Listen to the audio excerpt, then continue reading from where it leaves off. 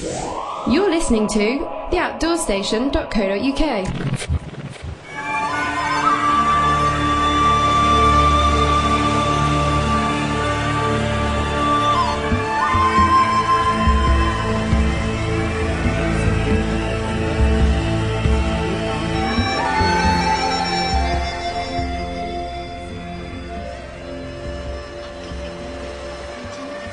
The west of Ireland ought to be a superb place to paddle. A deeply indented coastline, challenging weather patterns, and good crack. But it's exposed to the full power of the Atlantic, so there are places to go at certain times and places to avoid. How do you know what's best?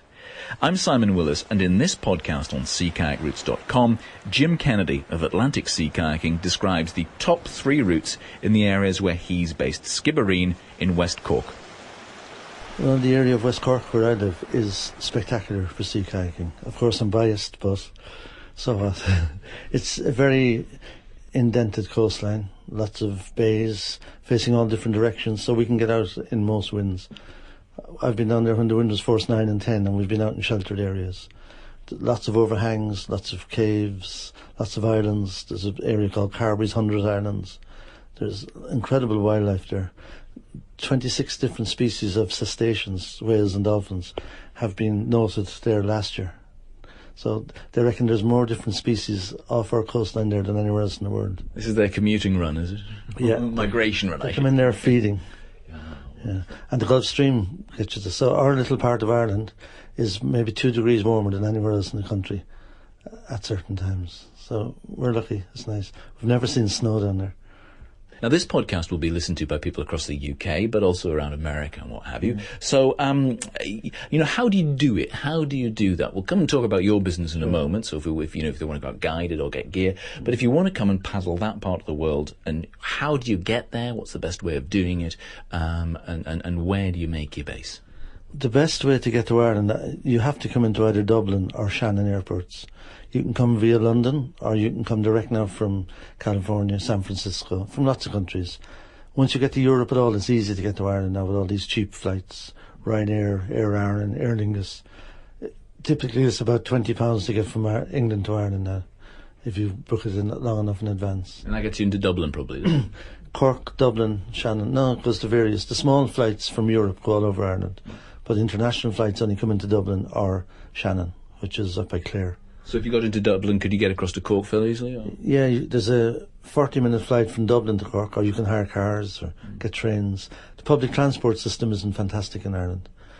People coming to Ireland tend to think, okay, it's a 60-mile trip, I'll do it in 1 hour, and don't come with that attitude, because 60 miles can sometimes take 2 hours, because you might have to drive through villages, or you might have to get laid up somewhere, or see something nice, or go to a dance or see someone play music. There's always something to delay you.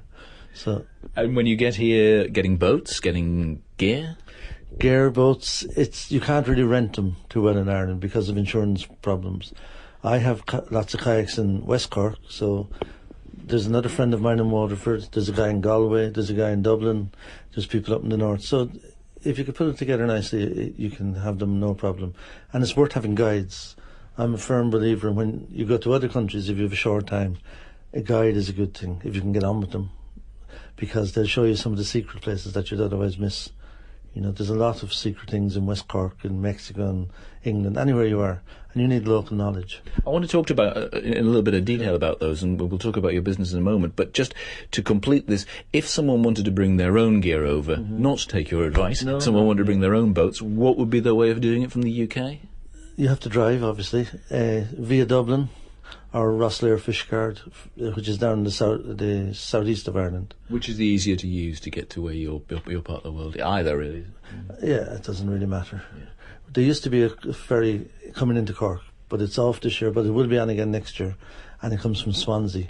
It's an overnight ferry, so it's fantastic, and once you get off the ferry, you're 1 hour from us.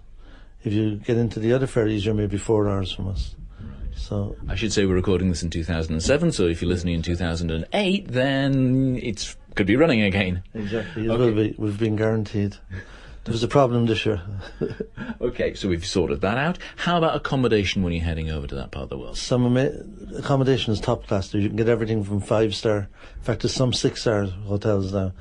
down to camping sites. So it's well catered for, lots and lots of accommodation, and really nice homely accommodation, even in the hotels. Is it the sort of territory where you might want to wild camp on islands at all, or? Certainly, we like that you can camp on most of the islands, but we always kind of recommend people bring their own camping equipment, because people who like to camp like a bit of comfort, and they usually have the good gear. But it is fabulous for camping. The problem with bringing your own gear, unless you're a fairly good kayaker with a lot of experience, you need to take some advice, because the weather can change very quickly there, and you do have the Atlantic rolling in, so it can be fairly unforgiving. Right, let's talk about that now, because what I'm going to ask you in a moment is to kind of pick your top 3 trips. I've sprung this on you. Jim doesn't know this as I'm speaking to him. I'm going to kind of sort of say, where would you go for, and what are the ones to aim for? But we'll come to that in a moment, because the most important thing, and I mean, just looking at this little sketch map of Ireland you've drawn here, is that it's a southwest corner, and it's, you're going to get everything thrown at you there, aren't you? Completely, yeah, which is fantastic. It makes it amazing. You can have the 4 seasons in an hour. Not in just a day, but in an hour. With rain, hail, wind, sun, it can come at you. But there's good forecasts now, very good forecasts. And being in the area, of course, we know them quite well. And I'd always offered to any kayaker coming into the country, just email me or phone me up. Advice is free, always. I mean, in terms of, is it obvious? Is it like the southwest is just the thing you've got to avoid, or can you get different states of the tide? The wind against tide if it's coming from a different way? I mean, what's the hazard really down there in that corner? The big hazard is wind. Obviously, the wind can be very strong, and it can be really quick change of direction. As I said, the forecasts are good. The other thing is that some of the trips are fairly committed. So when you're out there, there's no great landing places, unless you know the place really well, so you can find yourself in trouble. Also, if you miss Ireland, there's America's next, or someplace like that. Yeah, going around a headland round there, you're going to know about it, I should imagine, in terms of swell coming in. Oh, yeah. Like, you can have 20, 30 metre swells there in a big storm, force 9 out by the Fastnet Rock. So it's time to stay at home and read about it. But you see how small Ireland is. It's 200 miles by maybe 300 miles. And some friends of ours were down in the southeast corner a few years ago, and it was quite a misty day, and they were on the beach, and 2 kayakers came in and said to them, hello, and they said, would you tell us where we are? So my friend told them the name of the beach, and they said, no, what country are we in? And my friend said, this is Ireland. Why? And they said, that's a relief, because we left England about 24 hours ago, and we thought we were back in Wales or France. We didn't know where we were. And they were heading for Ireland. And they weren't kidding? No. They were heading for Ireland, but they got totally screwed up in their navigation. This was pre-GPS, or they didn't have one. And they just looked in a clearing, they saw some land on the right-hand side in the distance, and they decided to check it out. And it was Ireland. But if they had missed that opportunity, they'd still be paddling. Yeah, or not. Right, your favourite paddle, you come to Cork, that part of the world, what is the must-do? One of the things you have to do is do a nighttime trip with us, because we have some amazing little secretive areas where you're out in the darkness and you have all this phosphorescence, bioluminescence jumping out of the water at you, which is, for anyone who doesn't know, it's the plankton in the water lights up when it's disturbed. Also, we've owls, we've the fish around. It's incredible. A night paddle is certainly a must, and it's suitable for beginners to advance. Where do you operate out of? Which is the town? We go from Baltimore to Castletownshend to Union Hall to Clonakilty, that sort of area.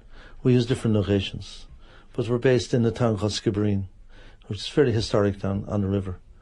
But that was, the night trip we won. Second trip would be, and this would be an advanced trip, but it's a lovely trip out around the Fastnet Rock, which is a little pinnacle of rock way out in 8 miles out into the Atlantic with a lighthouse on it.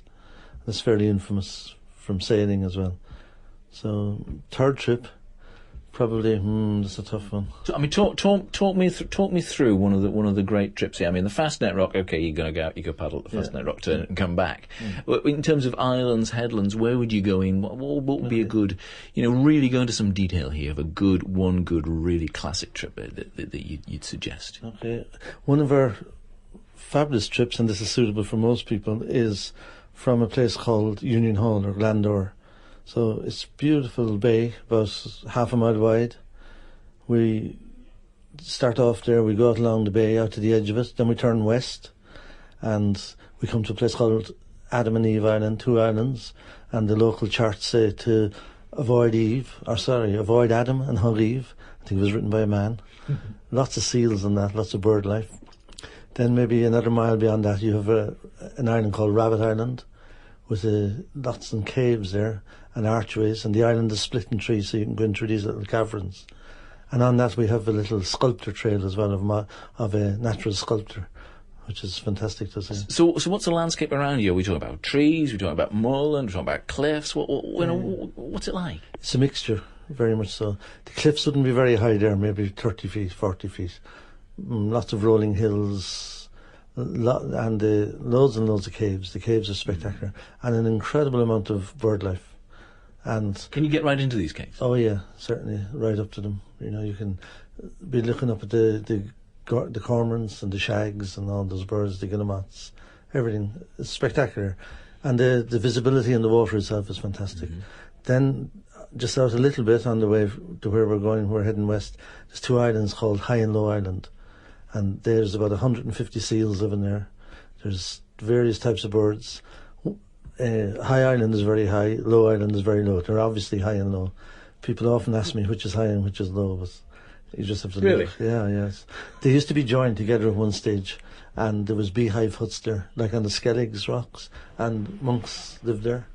And then they separated, and then the monks left, and then it was used as a graveyard for pagans or some people living in the area. Then people often used to put graveyards over water, didn't they? Yeah. And there's St. Bridget's. There's a lot. The history is incredible around that area. Lots of wrecks as well. You know. So from a diving point of view, it's fantastic as well. Okay, high and low. High and low, yeah. So from there, thought I got out of it. So we go on from high and low, and then we're heading down to a lovely bay called Castlehaven Bay. Castlehaven Bay is about a mile deep, and before it we have Flea Island, Skiddy Island, Carrigdove, which in Irish means Black Rock, and we have Horse Island. So in the space of 5 miles or 4 miles there, we have an incredible amount of islands. Then we turn... And they sound like they all have their own character as well. They have, by the names, you would and know. they all have their own ghosts and their own little stories. But most of those you can camp on. They're uninhabited. Water? No, there's no fresh water in them. Yeah, but you know, get up early and there's enough water on your tent from the dew. Yeah. What's the access legislation like for camping on places like that? I mean, in Scotland, we've got since the land reform, we can camp anywhere that's outside of human habitation, not within the curtilage of a house, and provide it's wild camping, so it's temporary. So basically, not in sight of a house or road, you're fine. What's the situation there? It's much the same really in Ireland. If you think, obviously, it's owned by a place, have a little courtesy, just call and say, would you mind? But there's no one on these islands. Nobody seems to mind anyone camping on them. But we do really kind of push this no trace policy of where take away everything with you, leave footprints, take photographs, that sort of thing, and don't disturb the wildlife unduly. You know, it's lovely to watch them. But let's say a seal up in a rock, it hasn't been easy for him to get up in those rocks. There's a reason he's up in them. If you frighten him into the water, it burns up a lot of energy. The same with the birds. They've only so many hours to feed with the tide going down. So it's best not to disturb these kind of things. Okay, so we're heading to where now? We're heading out to Castlehaven Bay, and Castlehaven Bay is about a mile wide. We just turn at a little place called Reen Point, and last year we were sitting by Reen Point in the kayaks, about 9 of us, just sitting around chatting, beautiful balmy summer evening, and 7 orca whales came up to check us out, and it was fairly scary. Because the orcas in our area are they're transitory, so they're kind of opportunists. They're looking for food. They eat anything. You feel like a Scooby snack alongside one of those. Yeah, I was aware of it, so for safety I called everyone over and I made a raft for me in the middle of it. So you look like a bigger creature. Yeah, and I felt much safer in the middle of it. Yeah, right. So I had to give off an air of coolness. Yeah. No, we just wanted to look bigger. Yeah. They were checking us out, but you know, I think we were safe enough because there's a lot of natural food there. So how big were the fins alongside? And how close were they? Well, I was sitting and I was looking up at the fin, and his back was just where my paddle was, so he was probably 4 feet away, which was amazing. And I mean, height of a door? Would have been 3 feet. Would you say? Yeah, about the height of the door, yeah, right. A little bit less. But it was fairly intimidating. God. You know, you're kind of saying to yourself, they don't touch anyone, they don't touch people, they don't touch people. Yeah. About 3 years ago, there was a pod of dolphin, or orcas, came to Cork Harbour, which is the city down from us, and 3 of the orcas left the pack and the pack, and they stayed out. The main bunch stayed outside at the harbour for 2 weeks, and the other 3 went up into the city, and they swam under the bridges in the city, and they stayed there for 2 weeks. And turned out one of them was a grandmother, and she was dying, so they brought her up there for easy feeding because there's lots of fish up there. And then she died eventually, and they just went back out to the pod, and they all went off. It was amazing to watch. And you could see them almost crying when she was sad. They were pushing her up and trying to herd the fish over to her. It was incredible. But people just come out of the pub at night. I was going to say, this isn't an Irish story you're telling me. No, it's a fact. People looking over the wall at night, midnight, and see these 3 orcas swimming around the city. And like, Cork is 9 miles from the sea, so it's quite a feat for the orcas to get up there. Colour of Guinness as well. Exactly. Maybe they organise it. With a good head on them. So is that where are we done yet? We're still in Castlehaven Bay. Okay, sorry. No, I wasn't sure if Castlehaven Bay was the end of it. Right. So we head up from Castlehaven Bay, depending on our group, but this is the trip we do, and we go to a lovely village called Castletownshend. And Castletownshend used to be, or Castlehaven Bay was a huge stronghold for the English Navy for hundreds of years. I think the first reading for chart datum was taken in Castlehaven Bay in 16-something, and it's still being used to that day for checking it out. And there was 2 famous writers there called Somerville and Ross, and they wrote a lot of books. One of them was put into a TV series called The Irish RM. You might have heard of it. Well, that was all about that area. So it's a fantastic area, like castles and so on. So there's a beautiful pub, of course, in Castletownshend called Mary Ann's, and there's fantastic food. So we'd often stop there for a little nosh before we finish up. So that's fairly basic trip. You go back on the water afterwards, or you no, right, finish it, right. But that's an important part of it, isn't it? That socialising afterwards as well, and I guess probably no better place to do it, really. Oh yeah, it's fantastic. It's invented pub culture. And West Cork is known for its food, and slow food as well, as opposed to fast food. It's all organically grown, fresh fish, fresh produce, great cooks, it's really good. It's become world famous for its produce. One thing, I have never been there, but one thing that would worry me slightly is that it was over touristified, because it's almost given itself to tourism. Do you think there's a danger of that? It's totally the opposite. People go from Cork City to Kerry. They rarely come down to West Cork. It's the most untouristy place in Ireland. You'll be amazed how few tourists are there. And if there is tourists come, they come for maybe July and August, and that's it. But outside of July and August, West Cork is almost deserted.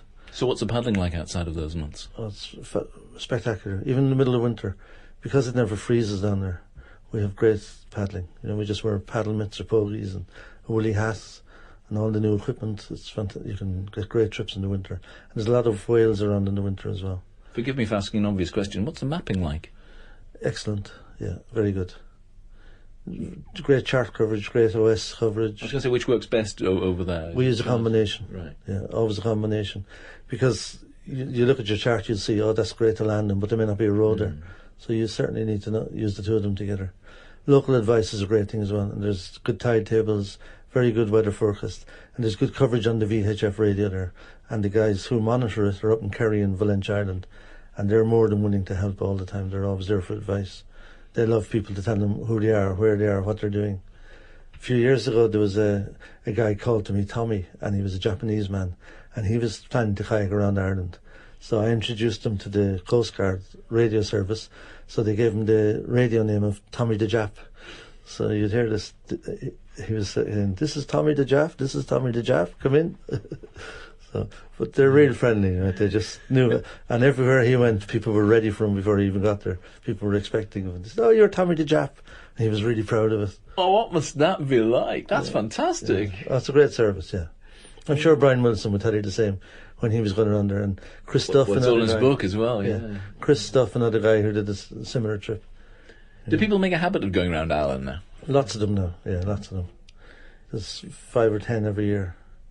They don't all finish it. It's very weather dependent. If you have X amount of time.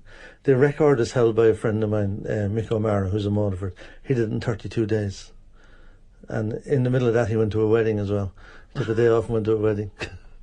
But Sean Morley, who did it 2 or 3 years ago, he would have set a record if he decided not to go outside every island in the place.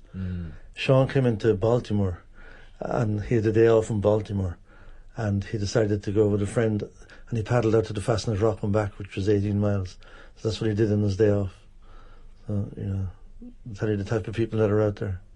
You see, Jim, listen to you speak. It's a pretty good reason why people should go with a guide. You don't have to tell them. They'll listen to this and they'll go, that's why I should be going with them. So if they want to get in touch with you or find out what you do, just tell me a little bit about your business, the sort of boats you have, the sort of gear you use, and then how people can get in touch with you. Well, the boats we use a mixture of boats. We have doubles and singles. The ones we use at the moment are Perception Sea Line and Necky Zors and Necky Narpas. We change them around every 2 or 3 years. I like to try different boats. We have Inuks as well, and we have lots of different ones. The equipment we use salopets, we use cagoules, we use buoyancies, obviously, spray decks, asymmetric paddles. We have wing paddles as well if people want to try them. During our trips, we not only just accompany people, we show them the nice places to go, but we also teach a lot. If we think we can help someone out, if people can, feel free to tell us, leave them alone as well. But most people ask us, could you show us 1 or 2 things? Yeah, I was going to ask you that, because there does seem to be quite a divide between those sort of organisations which take people and show them an area, and others who want to coach. Now, most people can do both. Which do you aim yourself towards? I mean, do you do BCU awards and that kind of thing, or? Yeah, first of all, I was with the Irish Canoe Union, which is an entity in itself. The BCU, the British Canoe Union, that's okay. No, I'm not trying to be... My ignorance. Yeah. No, I wouldn't go that far. But no, I'm just pointing out to the difference. No, absolutely, yeah.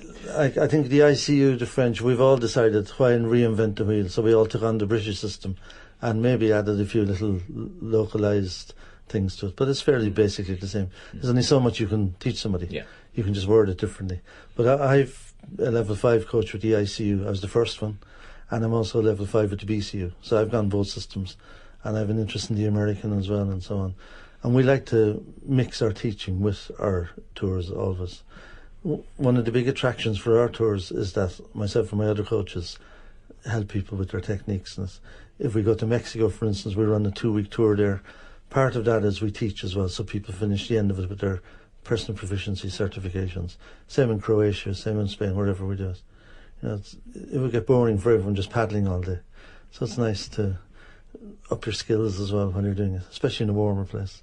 If you want to hear more about Jim talking about the skills, particularly the skill of forward paddling, he's been part of the podcast on forward paddling, obviously, that's with Sean Cavan, that's also in the podcast library of seakayakroots.com. So check that out if you want to learn a little bit more specifically of the skill. But before we finish this off, I guess what I was going to say is, do you ever, I mean, you've made a life of paddling, although you said you were in the music business before of it. Do you ever regret kind of making the thing you love your business? No. But I've always kayaked, and I suppose I never really like having a job. I don't mind work, but I never really want to work for anyone, so it was necessity, the reason I started off to sea kayaking and so on. But I love it as well. Who wouldn't, It's beautiful out there, and we don't make a fortune, but we survive. My wife likes it, my children like it. So we're quite happy with our lot. Can't complain. We're healthy and meeting good people like yourself. And you're not in a bad part of the world, really, I suppose, are you? No. And we have access to lots of parts of the world. I mean, we're in Skye today. Look at this beautiful place, great people. And you also run trips elsewhere? Where do you run trips, did you say? You mentioned Mexico. Baja Peninsula in Mexico. We go down there to see the grey whales. They migrate from Canada down to Mexico every year. It's an 11,000-mile round trip. So we're there. They come down for 6 weeks. And we have a week there with them when they come down, so it's interesting. So you time it just the right time? Oh yeah, perfectly, every year. They arrive sometimes maybe a day before us, but we usually meet up.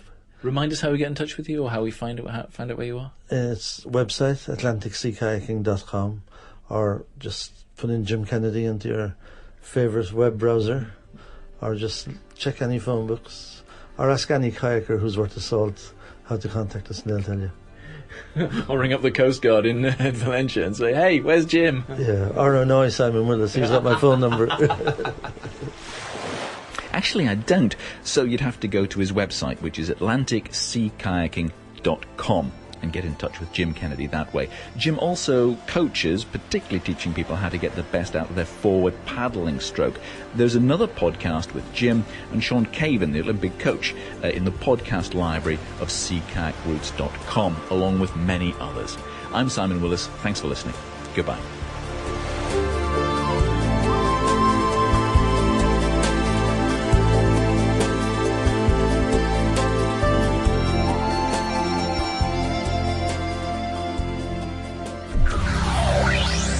Find out how easy it is to subscribe to all our free programmes. Visit our website at theoutdoorstation.co.uk.